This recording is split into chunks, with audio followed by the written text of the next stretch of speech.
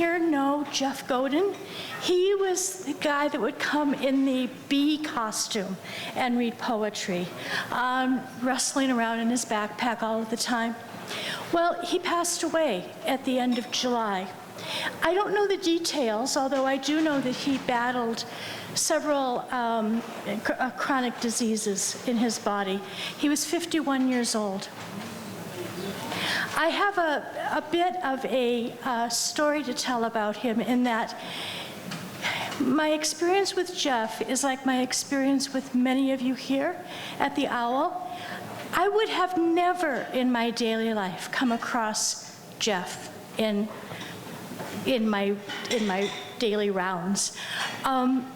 In fact, with the prejudices that are born into us before we even know it, I might have been a little bit scared of him. You know, the way he would walk a little bit funny, the way he would look up with his eyebrows really raised and everything. But one night I was at a poetry reading of a guy that was at the university, of a guy who was selling his book for the first time. It was a launch. And he came up to me and he said, "You write poetry, don't you?" Yeah. And he put together a poetry night reading at CASA. This is about maybe 5, 6, 7 years, no, 6 or 7, 8 years ago maybe. And he said, "Would you come and read your poetry?" I said, "Sure." And I found the kindest, unusual person I'd ever met in my life. I was so glad when he started coming here. I was concerned that maybe he would think it was competition for the poetry readings that he would do, not on a regular basis. But I'm so glad to know him, because he was such an example that you don't have to be corporate normal in order to be a most wonderful person. Jeff was a unique singularity, and I'd like to invite us for a moment of silence as we, accompany him on his next stage of the Red Road journey, and for whatever adventure he's having now in life. And just be grateful that he filled all of our lives with the goodness that he did. So let's just sit for a moment and wish him well on his way.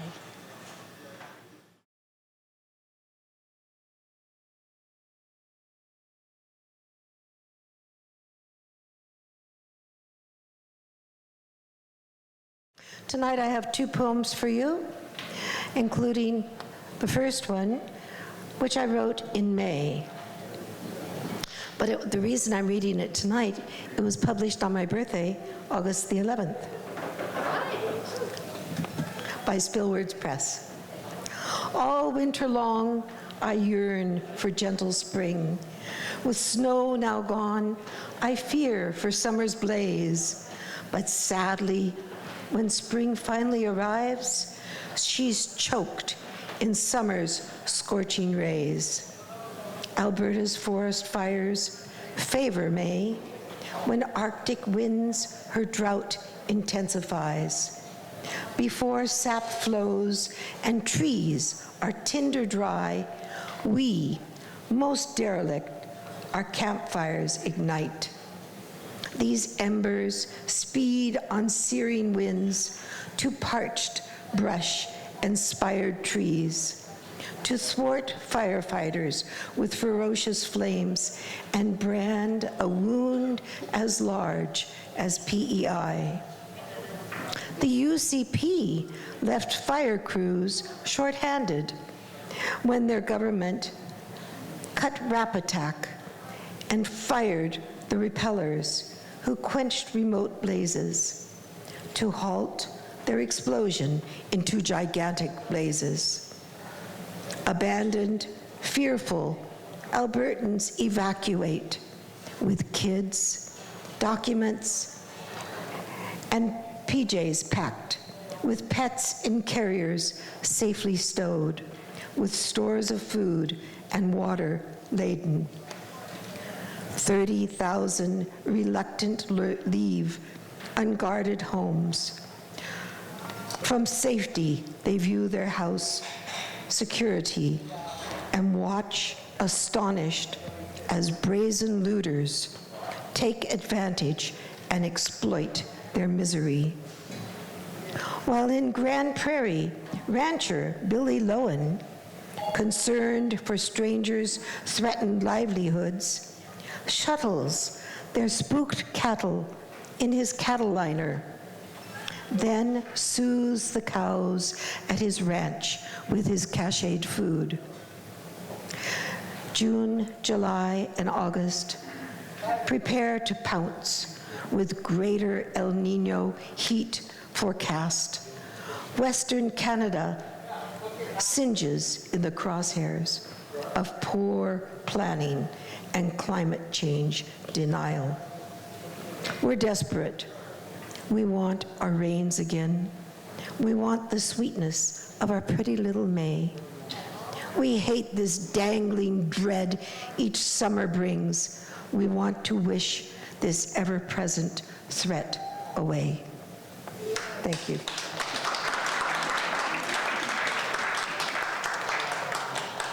Thank you. And not to be too maudlin, but another one about fire. I just wrote this. I entitled it, Water, Water Everywhere. Waves skirt along her undulating coastline, where figures on boards like frogs on lily pads await the surf. Eager tourists seeking to escape their plastic lives lays on poolsides, cooled by drinks beneath tiny paper parasols. Awaiting Hurricane Dora's wake, locals prepare to greet the force of gales by beaching their craft, securing their gear, fearing winds that could tear their souls like sails. With unrelenting breath, this paradise was whipped into an inferno as Lahaina, their historic capital, vaporized before their eyes. But vacationers, loath to leave their long-planned days of beach and tan, complained. Misfortune waited like booby-trapped buried treasure as wind fanned flames fed by non-native grasses trapped locals. Over 100 perished at their homes. 1,000 souls now still are missing. Others, in desperation, clutching their children in their breasts, jumped into the heaving ocean. Charred, flowering leis struggled beside them in the darkling waves, while surfboards, tossed together like pickup sticks, stood silhouetted against a sky of burnished burgundy. Overhead, the banished pleasure seekers fume back to their plastic lives, and developers, those ever-present vultures, circle, while survivors sob aloha to their departed native island home. Thank you.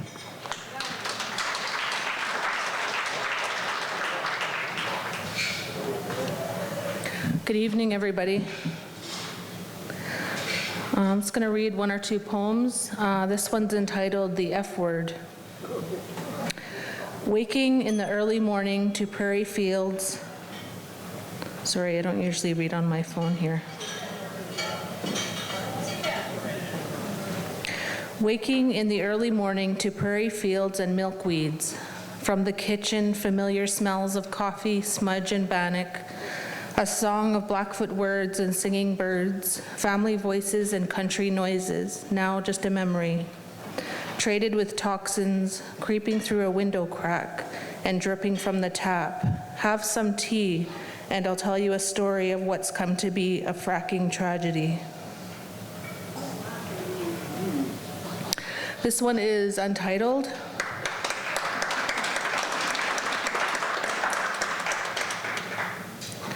This one reminds me of the weather now that's getting a little chillier. The days are shorter, time to break camp. Old man is waiting and remembering me. Through my memory, though my memory is murky, I gather my stories and start moving, then stop long enough to rest, waiting for others. Igakimat, we're almost home. It's time now, the nights are longer, winter is coming, keep moving.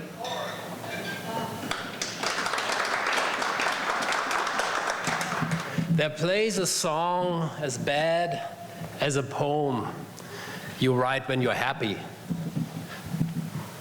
It's hard to be a genius in midst of all the mediocrity. Hope, they say, springs eternal. I tend towards depression fast, but not as long as I have a grilled cheese sandwich and Shiraz. Me, the young man in black, I remember in discussions under the night sky. I miss the smell of scented candles and being considered tactless. I clearly remember the birthday my childhood came to an end, when I suddenly realized I had more candles than friends. What else can you do? What else can you do than falling? What else can you do than falling back on black humor? Oh, thank you. I had a discussion today with at work about Tinder profiles, and my colleague got great advice, I guess, from another colleague, and I'm glad I missed out on that. So I have this, that's basically how I feel about that topic. Remember that feeling deep down in your belly when a moment shrank to a blink of an eye, your surroundings, the place, disappeared. Remember that feeling of love at first sight. In the Owl, at the concert, at a party, in a theater, always when you couldn't even dream about it, something else laid awake, was in charge of your life. Remember that feeling of love at first sight. Another glance, a little longer, carrying an entire world. Now your legs just keep on moving step by step, am I right? Until you stood in front of each other. Remember that feeling of love at first sight. Now you hope to think of the right thing to say. You pray you don't come across as boring. Was there still that pimple on my chin from this morning? Remember that feeling of love at first sight. The smile of the other is enough as an answer and can only be returned with another smile. Laughing together, dancing together, and going home. Remember that feeling of love at first sight. Oh, thank you. So it's harvest time again almost. So I wrote a couple things about harvest time. So the first one's my apple tree, which I wrote August 13th, 2023. The apples on my apple tree are smelling sweet this afternoon. They've started blushing red for me. I'll get to eat my apples soon. My tree is full of fruit this year. My apple's small, each tree's... I mixed that up. Each apple's small, my tree's not young. But I'm so glad that it's still here. My apple's tall with fruit among its highest limbs, but there's enough for you and me where apples pull off easily. So I will stuff myself and be completely full of apples for a week of two. I'll even spare a few for you. And this one's called Freckles.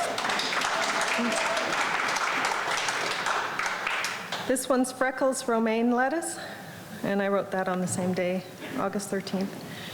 James's freckles now have flowers that are pretty, red and small. I could look at them for hours every day until the fall, or I guess until they're seeding, which is still a ways away. Freckles make the chores like weeding almost pleasurable each day. I don't know if Freckles' flavor is top-notch, since I won't taste leaves at all. My eyes just savor them. One meal would be a waste. Now the days have gotten hotter. Leaves are wilting now and then, but they perk up when I water all these Freckles plants again. When fall comes, I'll lose the garden and the freckles will be gone, but its seeds will brown and harden where the flowers are now on all the tops of all these freckles that I see each August day. This year's freckles seeds are speckles that will grow again next May. When they seed, I hope there's many. I could fill a garden plot, but I'm happy if there's any. I give thanks for what I've got. And I've got some lovely freckles. More keep growing in the sun. Like my cheekbones, sunny speckles. Greens have never been so fun as they have since I've been growing leafy freckles in a row. Now there's just no point in sowing other lettuce types to grow.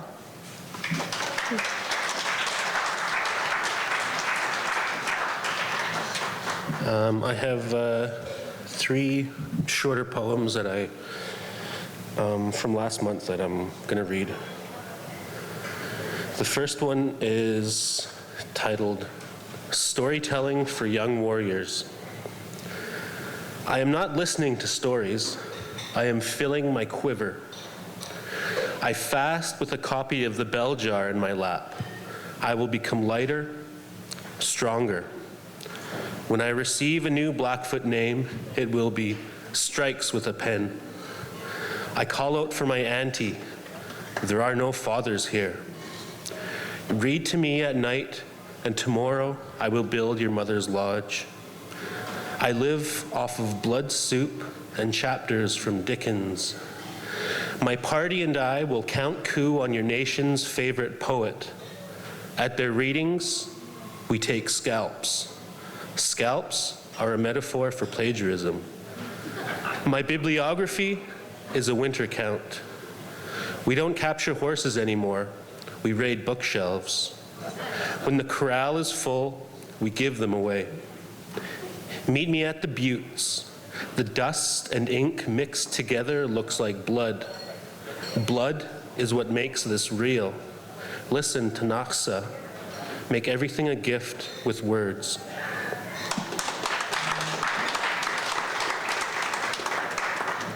Okay, the next one doesn't really have a title. I'm just calling it Ghana Indian Days 2023. The drums are medicine. The dust is medicine. The burrs in your socks are medicine. The little boy's bustle, trembling as he scrambles to make grand entry, is medicine. That big-ass Indian taco is medicine. Hot sauce is medicine. The songs are medicine. Receiving $5 from your great auntie is medicine. The trilling and war whoops are medicine. Seeing your cuz judge a men's traditional special is medicine. Those 11 p.m. hoots in the parking lot are medicine.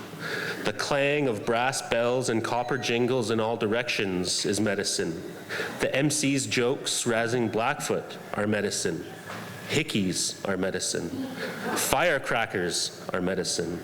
Your uncle and his husband in matching beaded pride medallions are medicine. $7 blue lemonades are medicine. Feeling too shy but round dancing anyways during intertribals is medicine.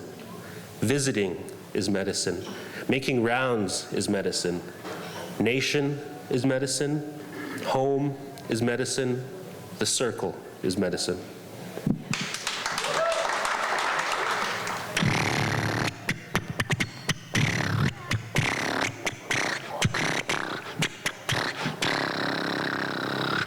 Your uniforms are different, the color of your skin.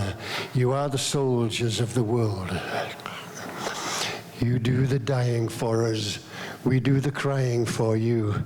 You get your name carved on a wall. Who are the wives and children, mothers of the fallen soldiers, victims of the war? Who are the countless thousands, nameless forgotten people, collateral damage of the war? who are the politicians, speeches, negotiations. You are the voices of the war. High priest, religious leaders, sermons for true believers. You divide the people of the world. Who are the patriot people? Slogans, xenophobic slogans, cheering for the leaders of the war. Who are the freedom marchers, sitting on the sidelines, claiming to be conscience of the world. Who are the general public, not so innocent bystanders, voting for the leaders of the war.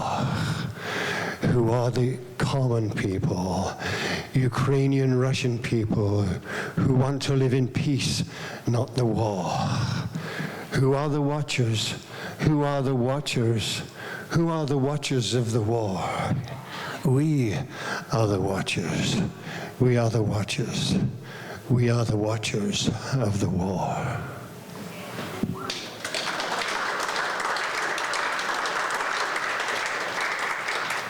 I'll see if I can remember this one.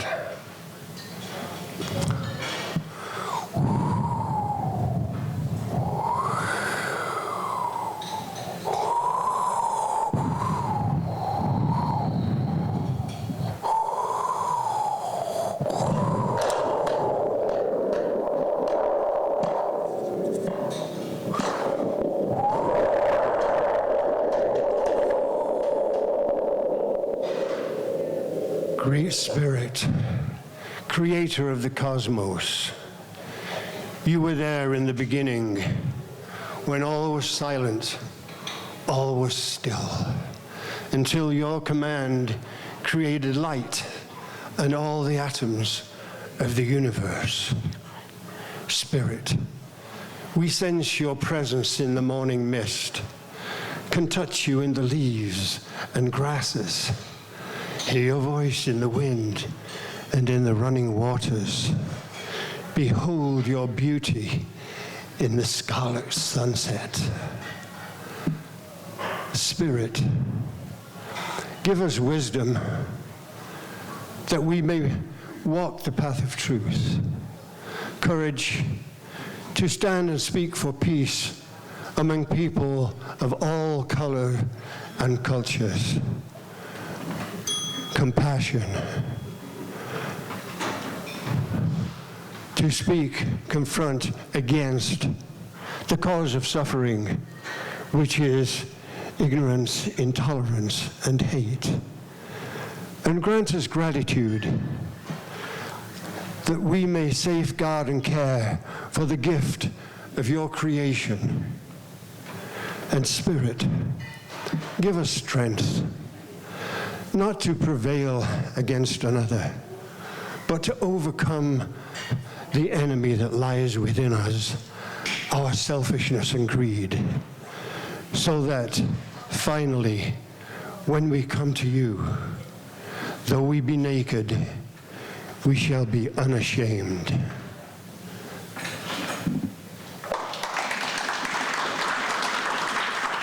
The first poem tonight is called anosmia, and anosmia is loss of sense of smell, sometimes called nose blindness.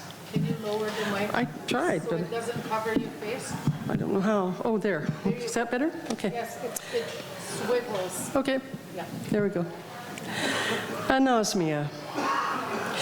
When the sense of smell is gone, so much more goes as well. Even language itself is diminished. No more inhaling joy with aroma, bouquet, or fragrance. These are now not experiences to savor, but simply irrelevant words in a dictionary. Perfume and pungency are meaningless for the one whose nose is blind. No whiff or trace of scent can overcome the loss. No odor makes a connection, and even the memory of lilacs in spring or a dozen red roses cannot supply a substitute. I'd be more than willing to put up with some odors rank or reeking, foul or fetid, some stink or stench, If only I could smell again the wonders on offer to a working nose. Thank you.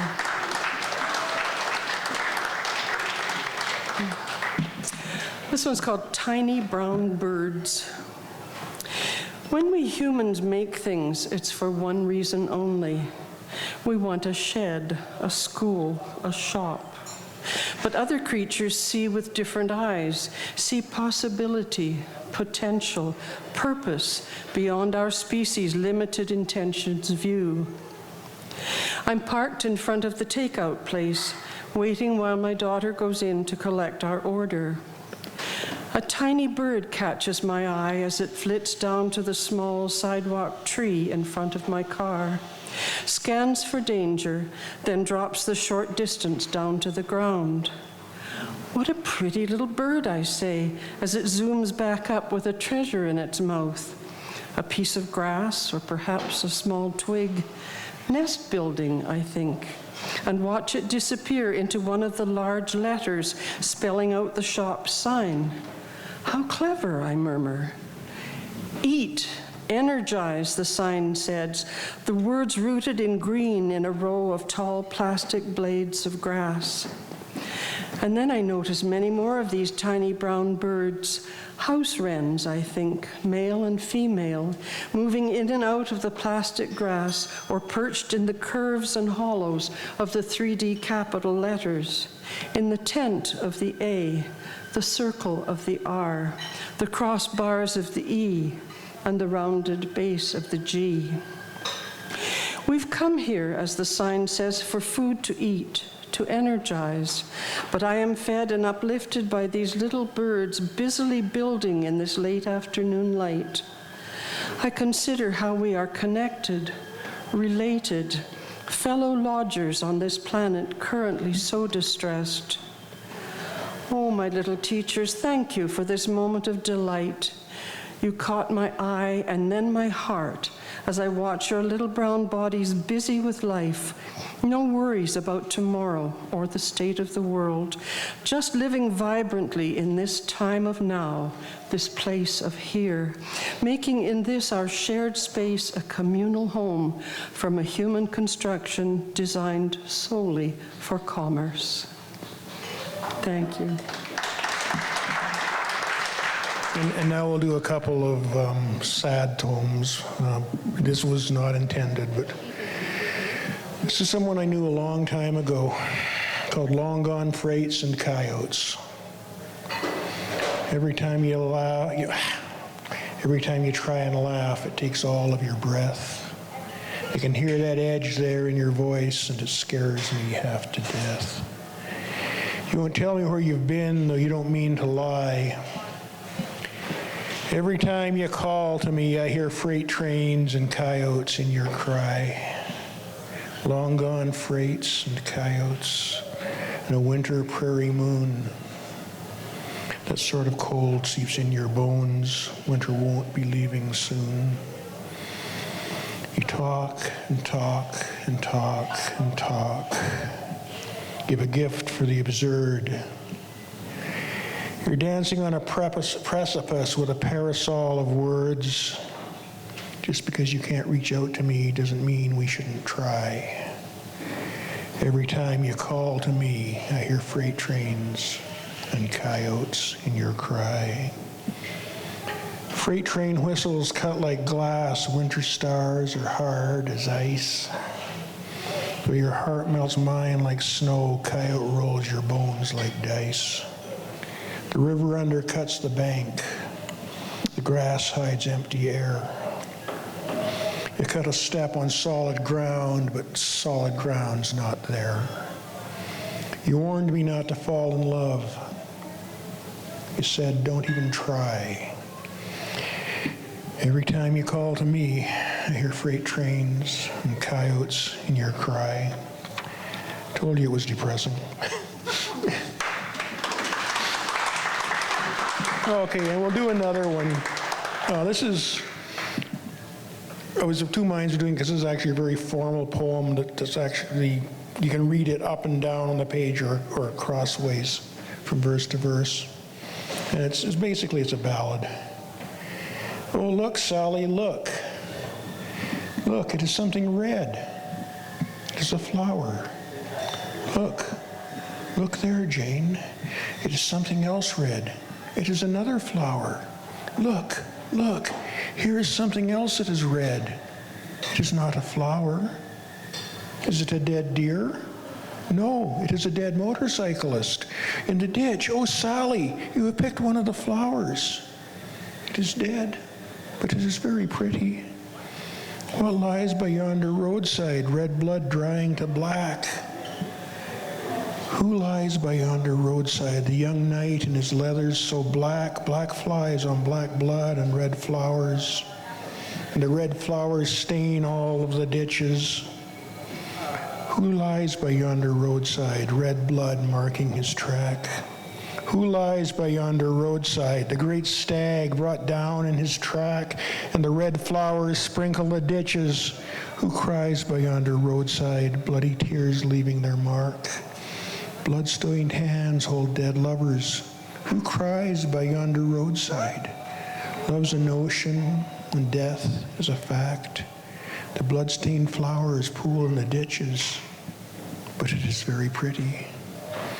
The red light flashes, staining white bone, black oil, and black earth. The dead eye flat as ashes, blood on the flower, blood on the stone. The red flame in the grasses, the blackened, burnt-out grasses, the young girl crying, hands holding bloody hands, the lover left alone. Love and life are flying, love, there's no returning. They'll sing this song in the burning lands. It's an old song with not much new to say, but it is very pretty. The rising harvest moon, red Mars rising, the setting sun. The lovers have had a bloody ruin, blokes, black smoke curtains part, an old tale, still surprising. Old words to a new tune. Sobs descending to a wordless croon. Shadows stretch towards the night. The dead man's bloody face, obscured in smoke and shadows. Blackened grasses and red flowers, obscured in smoke and shadow. Little lines of flame run along the edges of the ditch. The young girl's face is contorted, twisted in mortal anguish. But it is very pretty. Look, Sally, red above the fields, the harvest moon. Look, Sally, look at the shadows stretching over the fields. Look, I see your eyes, Sally, your face in the shadows. Look in my eyes, Sally, the risen moon, white as a bone. Red blood, black in the shadows. Oh, Jane, I cannot look. Oh, Janey, take this flower. Oh, Sally, I dare not. This bloody flower is too immediate for memory. And I am sore hurt, though I do not bleed. This flower cuts like shattered glass, but it is very pretty. Thank you. I told you they were depressing.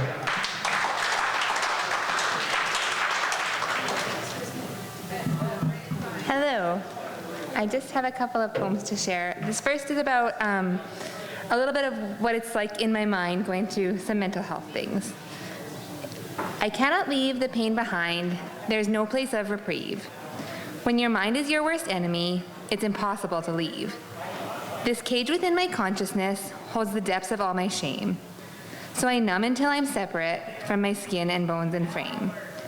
I try to make the great escape, to break into empty space. An empty fog is better than meeting darkness face to face. I beg my mind to separate from pain I cannot bear.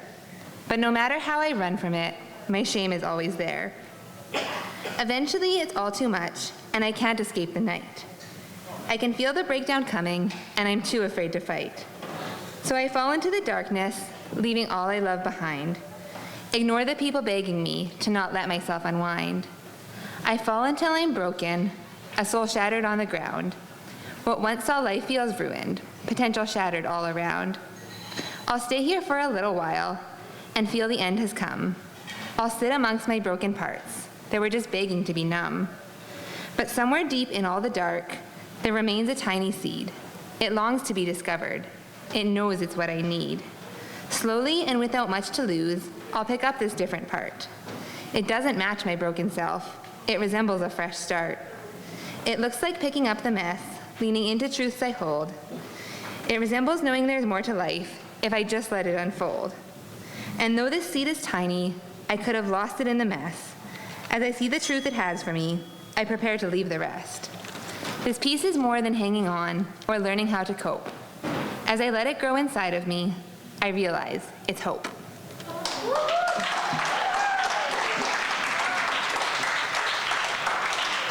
Thank you.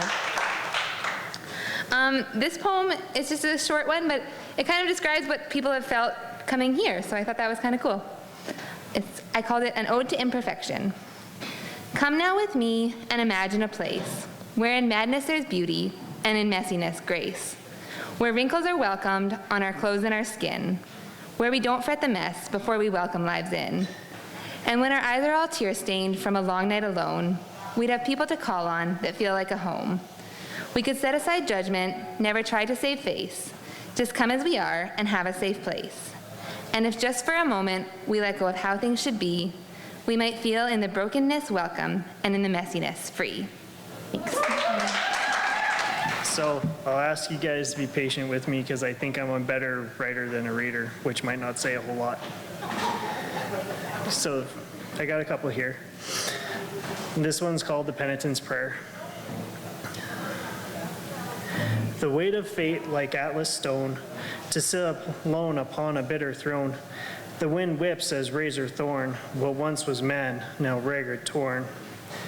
Scared, scarred, under sore burden held, stoically facing the tempest unquelled. While the storm shrieks with havoc's wrath, as lightning crashes o'er this tortured path. Deep scars reveal an anguished pain, as tragic tears fall like springtime rain. Haunted hopes and shattered dreams, regrets course like flooded streams. When would God's grace be freely given? Could the sins of yore be rent and riven? As penitent prayers plead for peace, with final breath would this burden cease? And that's the end of that one.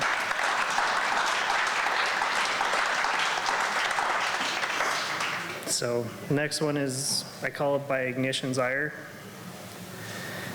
The crucible held in this blazing fire, iron melts and molds by ignition's ire, while the red flame licks and wicks, an orange gold glow as eyes transfix. Whirling, twirling over cold soft light, feminine forms of sparkling sprites, flowing gyrations with fury caress, to frenzy as the bellows breath bless. These dancing bodies flitting and turning, desire left burning, a desperate yearning, to evade, to escape this stone confine, while the flames rise, rage, and entwine. In Hephaestus' forge, their ferocity keep, naught but cinder, banked they sleep, a dream to render this world to ash, a planet left ruined by an azure flash.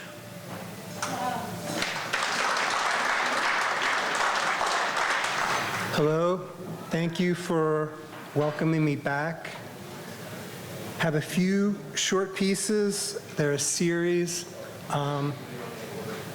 They were all written in the time that I've been here in Lethbridge. My wife and I left our home in Cyprus 2 months ago, and we were welcomed here by our son and daughter-in-law, and this is for them. The pieces each run into the next one. States, seeming to suddenly be outside of, to be watching. The observed, the observer. Listing disappointments, the nameless distractions, the nameless states, the border areas. Days of fulfillment, remarks pulled down. Time is not moving. A tulip glass of tea. Writing longhand, sharpened pencils. Writing in longhand, listening to readings through wireless earphones. Wireless earphones. When they begin, why do I allow? Impact my actions, impact my thoughts. I allow. Action determined. By opinion, impact me. Graze. selected from the pack, sharpened, irreplaceable white, eraser numbered, why should this not bring, here in general terms to repay, reparations, a slight bringing in, only a slight bringing in. She is fortunate to be, pressing, increasingly fitted to this moment, fitted to this place. Har, cut paper green on black on blue, new birth spirit, redolent. Isla miking, brought toward bearing, brought to bear, wheeling, harrier cages, harrier wings, prey by height, horizon length, horizontal string, a thin line har, deeply set, staring, stealing. They were 12 and 20. They were set to stone. They were hard against the heaving plate. Fortunes, so much more than this gaze along the coulee line, low cloud left, the bridge to the river, cross the bridge to the river, cross soul wanting to be of craving, craving to be of meticulous headroom, collective, collection, angled windows, appearing want to be stem and fortunes, truer than speak to, truer than speech. These truths are lacking, set against that ledge. Involutions, fears of discoveries, without a look, distractions. At what depth does what I see coming towards us?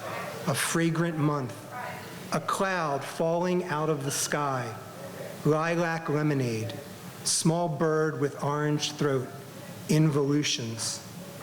Longing, point of departure, misty mountains. Are they called that? Ordinary preoccupations, determination, more determination, anger then, impatience to build, let them, letting them, purity in the coincidence of longing, slight-handed, flagrant mysticisms, gray twilights, you just do not see, you just do not see. Mountain, acquiesced, know what you are knowing, just not recognized. Braying horns, noise-filling thoughts, and how holy flourishes. I had taken this in hand, full out to the ways, full out to the extremities of substance, to the extremities of subsequent action. To edit, open for, forged, slighted tuck. His breath at and away, his breath cloudless prow. The colors, the colors. I labor low slung carries. This is a tribute along the lines of, those that celebrate, that honor only with the share. Glimpses of voice, voice that eventually defers, that cannot allow so aggressively, detached that so on long in the sense that one wondrous, night against love amongst, physics for the cross-metered mountain, for the viable night. Thank you.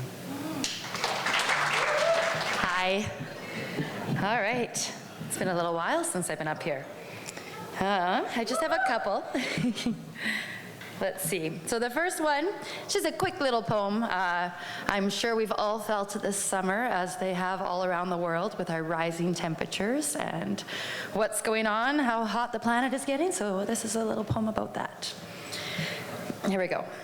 Temperatures rising and the ocean can't handle the increase. Creatures could be frying if the energy can't leave the Earth's surface safely. Politicians, stop your lying. Does no one see how this will end badly? Don't be denying that the planet's elevated heat won't conclude catastrophically. If we don't make some changes, regret is an emotion which will be shared globally. People pay attention. Global warming should be taken seriously. This Goldilocks planet is not meant to cook. Change has got to come. Thank you.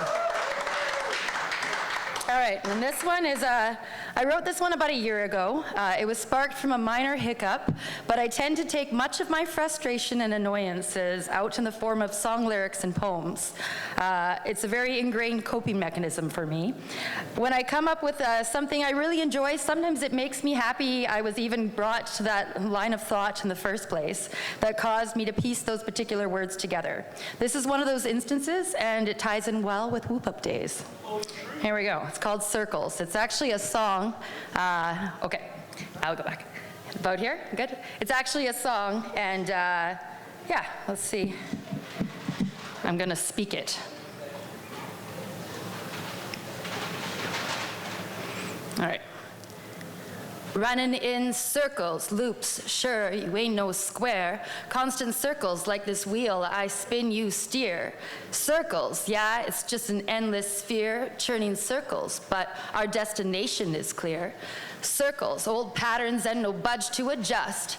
Patience can be lacking, though there's a whole lot of trust. You feel attacked and automatically rebuked, and that's about the time my claws slash back to the ear-clenching verbal slap, and we're in a dispute. Take heed, beware, the dark wheel of Ferris, 'tis spinning you backwards. Gravitron, hell, throw me on the zipper too. Vertigo, just the toll I take talking to you. Round route, my lips are speaking, but you can't hear a sound. There's no doubt Zeppelin said it, communication breakdown. Baby, clout, something proven can't possibly scorn. No need for quick elevation just by being stubborn. Take heed, beware, the dark wheel of Ferris, 'tis spinning you backwards. Gravitron, hell, throw me on the zipper too. Vertigo, just the toll I take talking to you. Circles, what I'm trying to say, let's ditch these twirling replays. Trajectory adjust, align and stray from curvature. Mature, climb, ripple out, don't dance at the door of detours. To bend and mend or stiffen and defend. Token stripped or invested for the win. To live on this plane or dwell on that mountain, riding those waves, bountiful love and kindled and lapping up the ripples. And we sure ain't gonna find a baby running in circles. Thank you. I've been writing poetry for 70 years. And then some of my good poetry I've wrote into songs, and here's one I wrote about 6 years ago. It's called Rocky Mountain Moon. It takes a Rocky Mountain moon and an evening in June, a soft whispering breeze sifting through the trees, and your love will bloom, and very soon, under that Rocky Mountain lover's moon. I looked down into her eyes, I think I saw paradise. I lingered a while, entranced by her smile, and love will surely bloom, and very soon, under that Rocky Mountain lover's moon. The tall pine towers, as the fragrant flowers, two hearts full of love, a lover's moon up above. And it will happen soon, and you will be in tune, under that Rocky Mountain lover's moon. Oh, Rocky Mountain moon, won't you shine down, cast your beams of love all around, and very soon your love will bloom under that Rocky Mountain lover's moon. All right.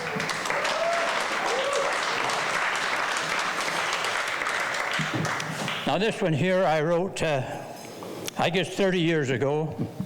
I wrote the poem, and I sent it in to a poem company in the United States, and it was entered in 33 or 37 countries, and I got an award for this one.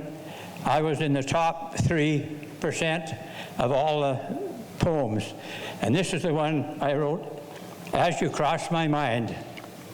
When I look across the valley, I see the streams unwind. I look to the mountains as you cross my mind. I look at the stars to see them sparkle and shine. They remind me of your eyes as you cross my mind. I hear the breeze whisper your name, and I find your sweet warm smile as you cross my mind. I hear your sweet song in the whispering pine. I feel your warm passion as you cross my mind. If there is a place where only love has shined, I guess I've been there as you cross my mind. There is but one name upon my heart is entwined, my blossom, my Yana, always on my mind. Cross my mind, cross my mind. You know how much I love you. Don't leave me behind. This one's called Remember Me Angry. What does anger feel like? I remember being angry as a child, but the feeling has since left my heart. Anger is terrifying to see, to hear, to feel.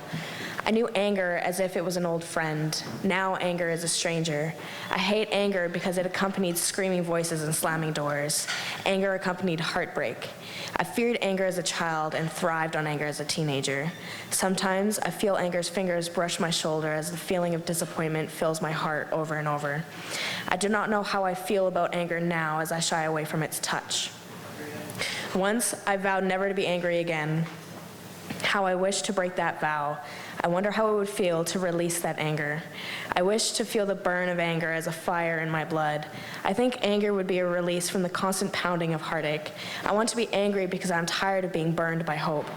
Anger would be a comfort from the heartbreak of disappointment. I don't want to be angry because it feels good. I want to be angry because I understand anger better than hopelessness.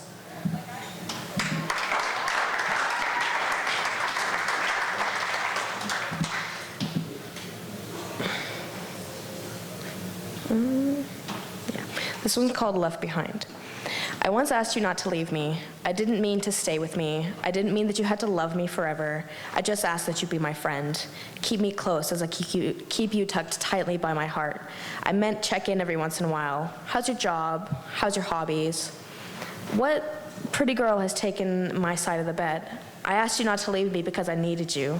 Now I think about you every day, and it seems you have forgotten my name. So when I asked you on that drunken night never to leave me, did you care to listen? I won't wait for you to remember your promise, but I'll remember how easy it was for you to forget it. Thank you. Hello, thank you very much. Just got one for you guys, and wasn't really gonna make anything more lighthearted with this one. Are the choices I have made throughout my life the correct decisions? I can see what could have been if I didn't have a tendency to have such evasion. Reality is so hard to stay present in when I never like what I have unboxed. Why wouldn't I want to keep that box locked? I unconsciously give myself mental lashes for believing that I am loved. My mind envisions the death of all my beloveds. But I am not bothered by my mental repeats of tragedy. Why else would I like to live love so absently? I am an addict, and so easily willing to be distracted, so willing to easily idle, though I am not suicidal. The life I've lived has given me depression, and soon it gave birth to my aggression. I was isolated for having such destructive behavior, unable to find myself an understandable savior. I've been living the life on the default of mental isolation. I often treat reality with little sense of caution. Hey, thank you. In July, fresh and untainted July, there is a grove full of berries, all ripe, and none of them picked.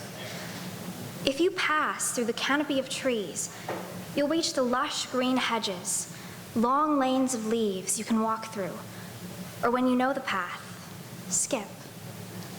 There are stars to sing under, and you can eat handfuls of berries until your fingertips are blue and black and red. There are no thorns there. There is only green bushes and marbled sky. And time is kindly suspended, strung in the treetops, caught in a spider's web. Soon, the path becomes trodden, sticks repeatedly cracked, and little footprints made by bare feet swirled in the dirt. The bark on trees becoming familiar, the humidity of friendly, sticky sweetness, like a spoonful of honey. The phrase, "nothing gold can stay," is only words, and words can't hurt. They can be erased and forgotten, but this can't. You can't. You are the sky, and you are the hedges, and if they are you, and you are them, then that is what forever is. Forever is love. Forever is when you decide. But it's not your decision when August strokes the hedges with a gentle finger and they lose a hue. When the berries start drying before they fully ripened, no more paint on your hands to leave brightly fingerprints on unsuspecting trees. Their leaves curling and crisping, the edges of a burnt pastry. When did the world become a Danish? A part of it still alive, gooey in the middle, and kind to the mouth, while the edges turn black and harsh to the tongue. Did you see, when August walked in caramel robes, color following in her wake, as petals fell so she could trot upon them? I think you did not. I don't think you can hear footsteps when you have a mouthful of berries, a face full of sun.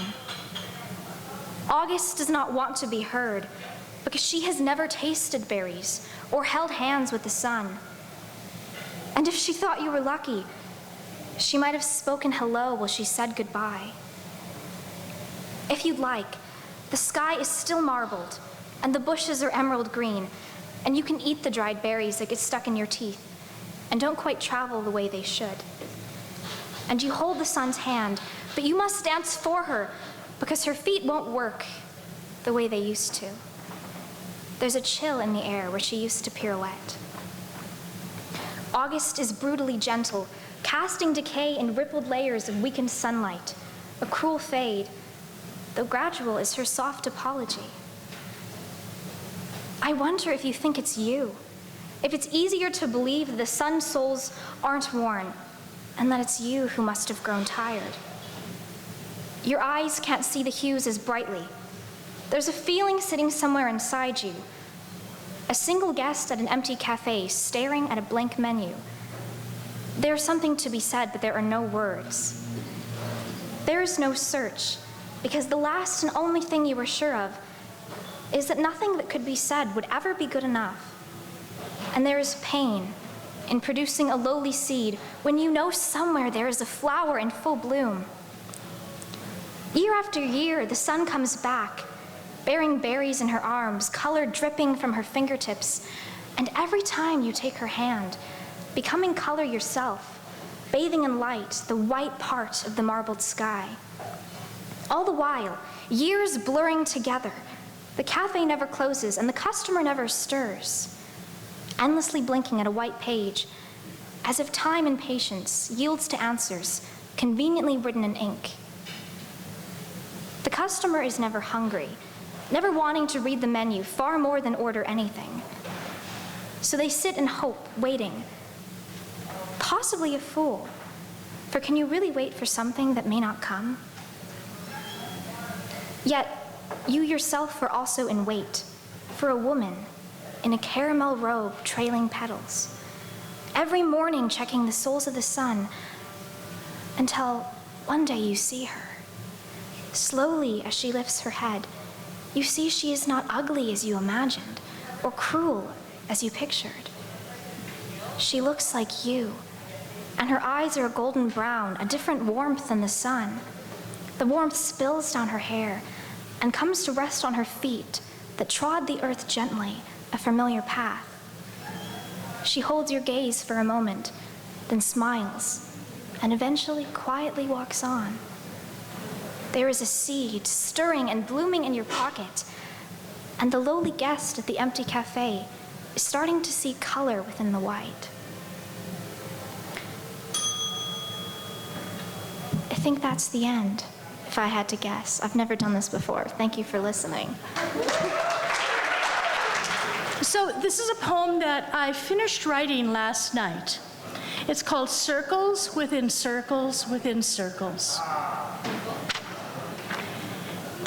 I think that we are all immersed in infinite interconnectedness with all of reality in circles within circles. At its simplest, in our bodies, we're not really just self-contained boxes of organic material. These bodies are semi-permeable, self-ambulatory condensations of matter, constantly taking in our environment with each breath of air, with each look around us, with each sound we take in. And we leave our bodies behind as we breathe out, shedding vapor, hair, and skin cells. Each day we take into our bodies the liquids and solids of food and drink, and we leave behind the liquids and the semi-solids that our bodies can't use. So even just physically, we're embodied in circles within circles of taking in and leaving behind, of nourishment and danger. And going out from there, our minds and thoughts interconnect with others. We move the muscles of our throats and mouths into vibrations that are taken in as meaningful sound by other condensations of matter. From our conversations, to the books we read, to the Facebook comments we write, to the shouts of warning we yell out, we touch each other in a myriad of ways, intermingling ideas, creating each other's minds and opinions, circles within circles within circles. And look at time, spread out so nicely so that everything doesn't happen all at once. Well, our sphere of action is in the present moment, but we do extend backwards and forwards in time. Backwards and forwards beyond our own lifespan, too. We've been influenced by civilizations that lived thousands of years ago, as well as by the last few presidential elections of our neighbors to the south. And what we do now with this earth will reverberate for 1,000 years in its ability to support human life or any life. If we keep extending this interconnection outward to the complexities of conflict and the psycho-spiritual effects of trauma, plus our everyday projections, how does this all interact with love? There is taking and destruction within our circles. There is familial bonding and sexual need mixed deeply within, and there is unconditional love and generosity, too. I don't pretend to know how all this works, especially when one adds life's depth dimensions, spiritual experiences, and mystical practice in this. But I do know that we are embedded in circles within circles within circles, and that what we do matters more than we can imagine. We belong here with each other, for better and for worse. Given all this, what we do can make a profound difference to ourselves and each other, for good or ill. And though what we do is influenced by what we think and feel, and what we do not have control over everything that we think and feel due to past traumas, current gut biomes, and the people we have to live with or work for, we do have some control over our thoughts, feelings, and actions. We have choices about what we pay attention to in our environments, and the ability to contribute to environments that can enrich our lives. We're not completely at the mercy of our bosses, our political leaders, or social media.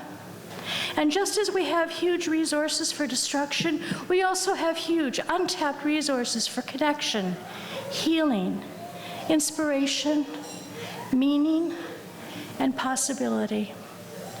We live in a world that has more than enough for our needs. We live in circles within circles within circles, infinitely interconnected, and what we do matters. Thank you. I have two poems for you.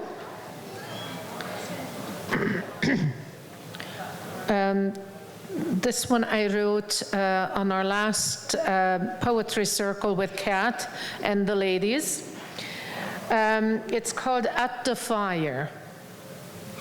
Sitting in our backyard by the fire, ignoring all the duty calls, feeling the deep, ancient, tribal connection to the land, listening to the birds and the wind brushing through the trees, rustling, gently flowing, whispering quietly.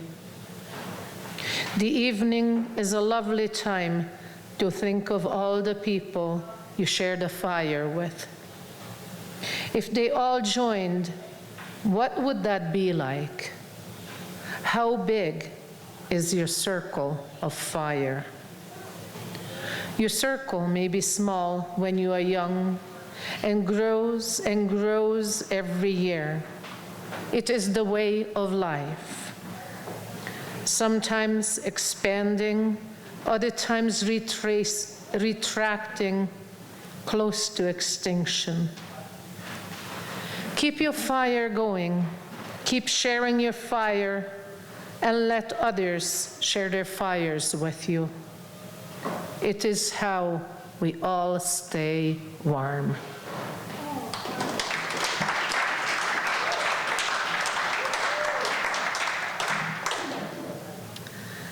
And since we touched a few times on Cat's poetry circle, or as she calls it, story circles, I have to read Cat's table to you. I think I read it before, but here it is again. Cat's table. Cat's table is one of the most sacred places. We gather around it, reading poetry, sharing our feelings and thoughts. There is always support to go around, and there is a great sense of community. There is no shortage of jokes and laughter, and we don't mind shedding our tears. Magic fills the room when colored pencils turn into works of art in some of the hands, and poetry is often born there, inspired by poems from all over the world. I miss sitting at Cat's table and miss the magic moments that only happens right there. Cat's table is one of the most sacred places because through art and poetry, we connect deep in our hearts and form friendships and find support and love that lasts a lifetime.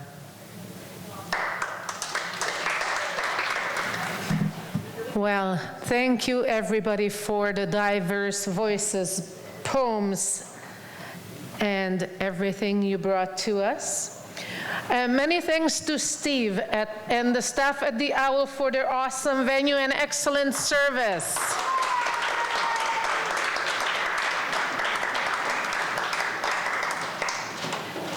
He also does bartending, by the way. Thanks to Ryan from Rogers with Shaw. I have to practice that one, everybody. For recording, editing our event, for broadcasting it, and posting it on YouTube.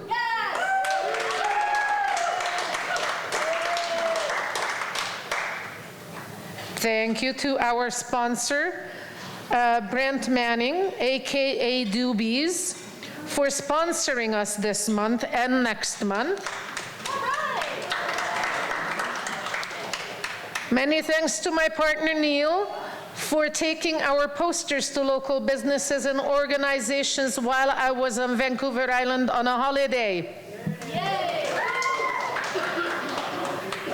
Thanks to Sylvia for emailing and uploading our posters. Even though she moved to Calgary, she still helped us until this month. Thanks to Kat for being my co-pilot and her help ironing the kinks out and doing a lot of the behind-scenes work. Thank you, thank you, thank you. Some of you have no idea about how much work she does. Thanks to all of you poets for participating and our audiences here at the Owl. And thank you to our Rogers with Shaw spotlight, blah, blah, blah. Let's do a redo on that, Ryan.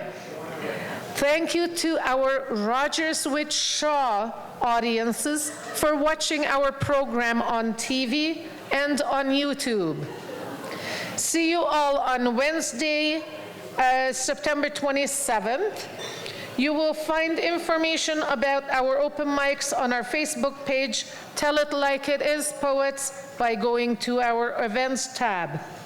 Anyone who has read their poems at our event is welcome to join our insider group, Owl Poets, on Facebook. Open mics are every fourth Wednesday of the month. Future dates are September 27th, October 25th, November 22nd, December 27th. Thank you, everybody. Have a great night.